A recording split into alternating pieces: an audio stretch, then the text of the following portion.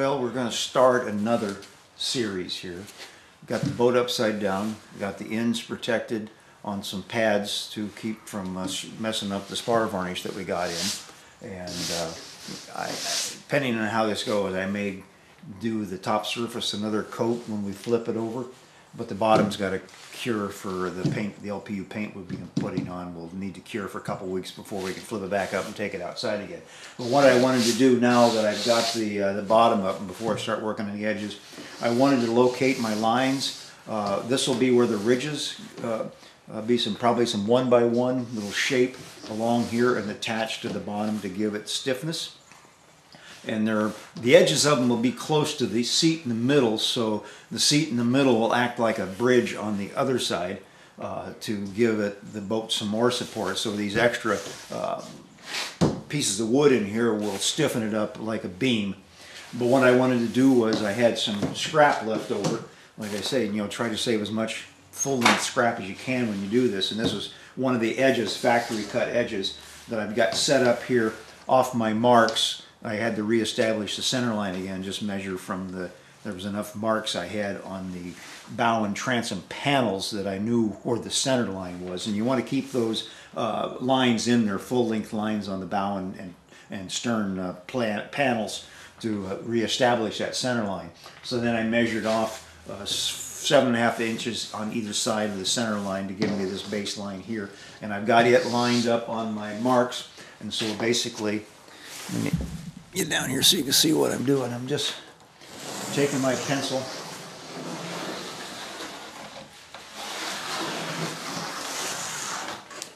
and drawing a line in here. So now I have a mark that lets me know where the edge of that runner strip is going to be.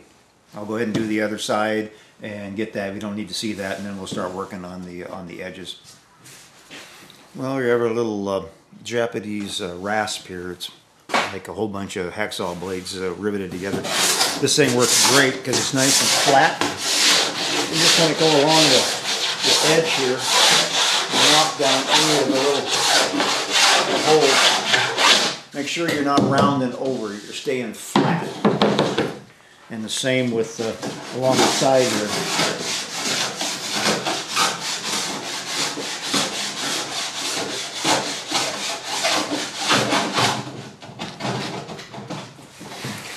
Want to keep these square. Don't let the tool bounce around. Keep it square. Same when you're doing this edge here. Keep it flat against the edge. Try not to push down here where you're raking the wood, but just along in here. Once you have the tool in your hand, just do it lightly. All the way around. Now that we've got the edges cleaned up, flattened down, we're going to take some just plain old straight silver tip epoxy here and wet these dry edges. So when we put on the EZ-Fillet in the next step, we'll have a nice tight joint. It won't suck the juices out of it.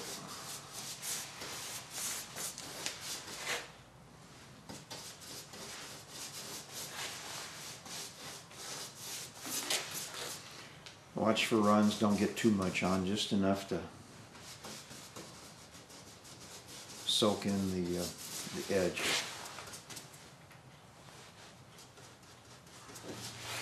The other thing you might want to do too, just so you don't have drips or anything, is just take your tool and scrape it down.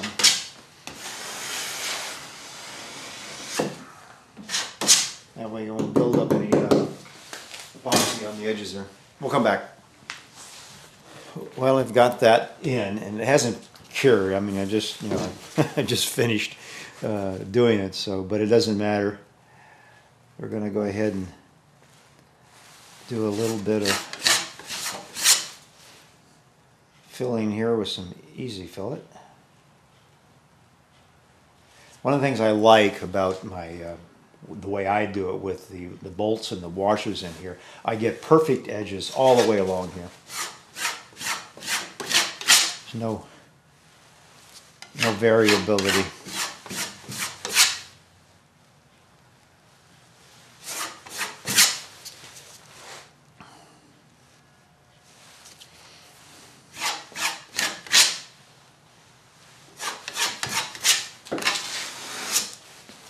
And then we'll switch around.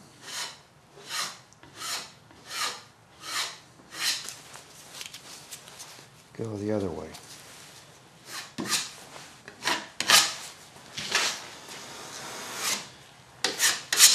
Don't worry too much about what the edge is right now. You just want to fill up the crack.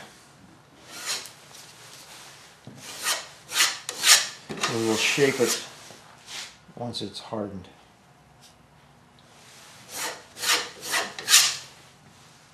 Put a little bit of each one of the holes.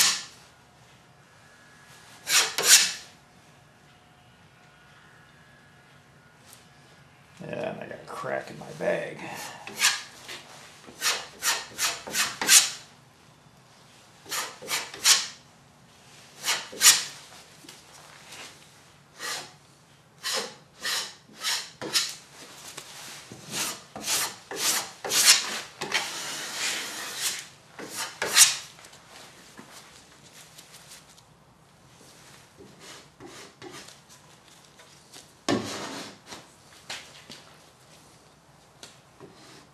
Yeah.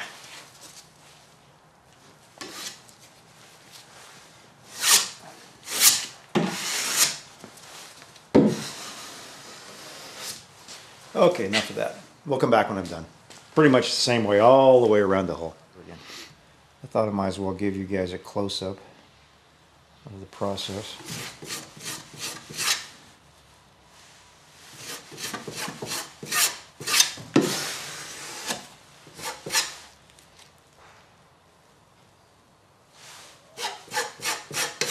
Going this way scrapes it in good.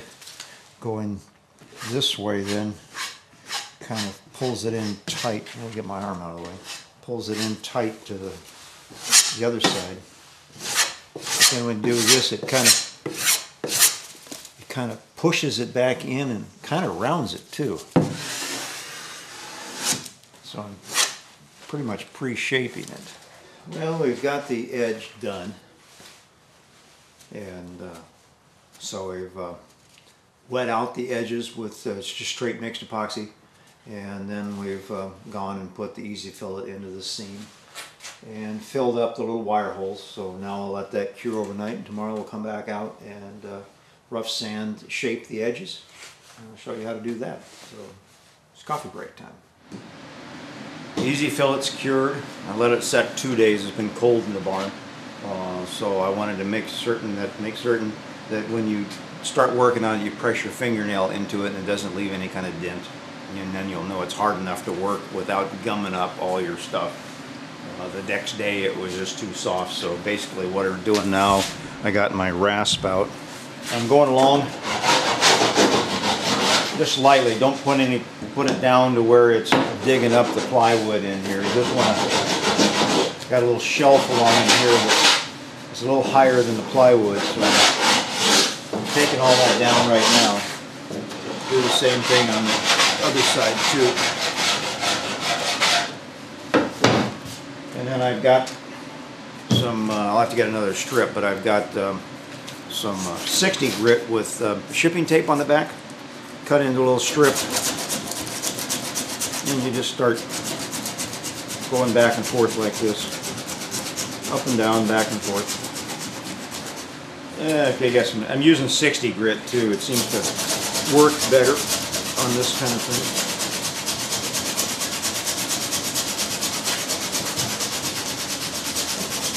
And just keep an eye on it to see that you're developing a round arc here.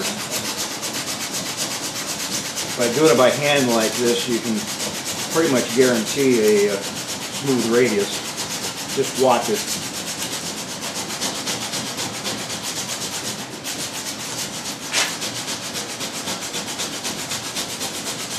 When you get down to the corner, just buff it in all directions.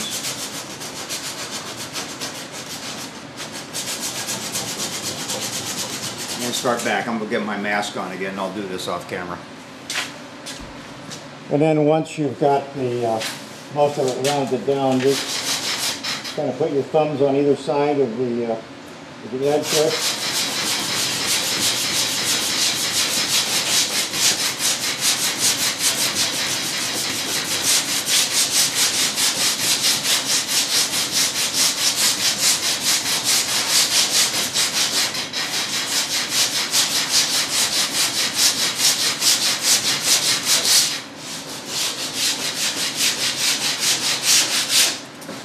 Make sure you rough up along the edge here too.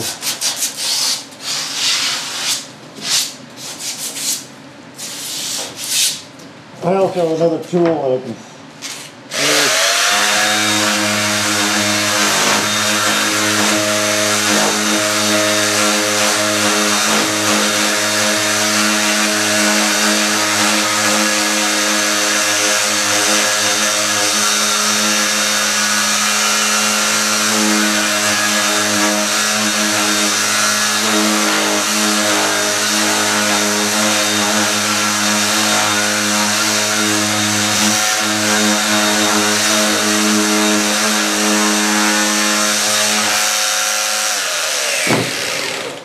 It's a Porter cable profile sander I got a while back. I don't use it too often. If you remember a few videos ago, maybe I forgot what I was doing. I discovered I could use a stainless steel screw through the rubber, or through the back of the plastic into the rubber to hold it in place, and it kept jumping off on me.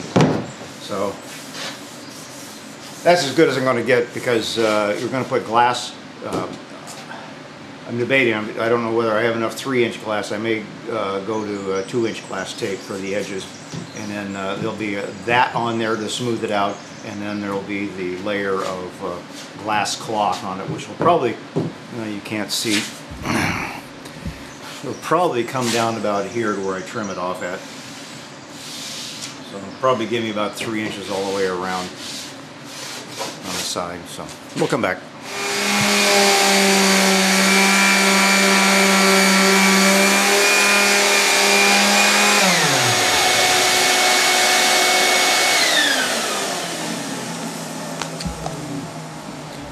You want to go along with your sander afterwards, and you just sand along the edges,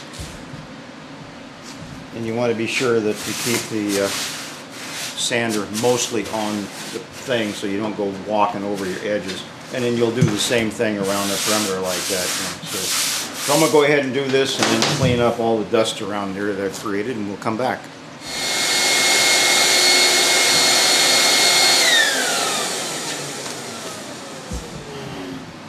Then give it a good bath, or not bath, vacuum. You know, this little brush really picks up the dust. And you can feel if there's anything left behind, but we're not worrying about that now. I just want to get the dust off the hull, especially around here, where the next thing we'll do will be wetting out the wood on either side. But I'm going to do some marking first. So let me get the stuff out for that, and then we'll mark up. I was thinking the other day on my walk of something to do better when cutting the edges at the corners. So we'll be back. Well, I've got my little thing set at 1 inch. So we're going to go ahead and put a 1-inch line. Of course, that's assuming that I just committed myself to 2-inch tape. You could do it on the other side, but one side is good enough. And the other thing is I've got my mark right here, and I got my corner right there. Let me come and get closer. Okay, you can see where these two lines meet, and you can see where the corner. So I was thinking the other day that if my hat's out of the way, I'm going to put a line in here, a bisect line. So when I bring the tape down, I'm going to trim it off to that line. Even if it's wet, I'll come back with a really sharp knife and cut along that line. And I'm going to do the same thing down here too. I'm going to put an angle that way, and then one down this way too. You see what I mean by I've bisected the angle here on all 3 sides. So when I bring in the tape and I just unrolled my 3-inch tape, and I've got enough, so when I lay this down up here, I will cut it back along that line and then meet the other one, so that'll give you a nice smooth edge. So when I put on the glass cloth for the bottom, I'll have a smooth surface.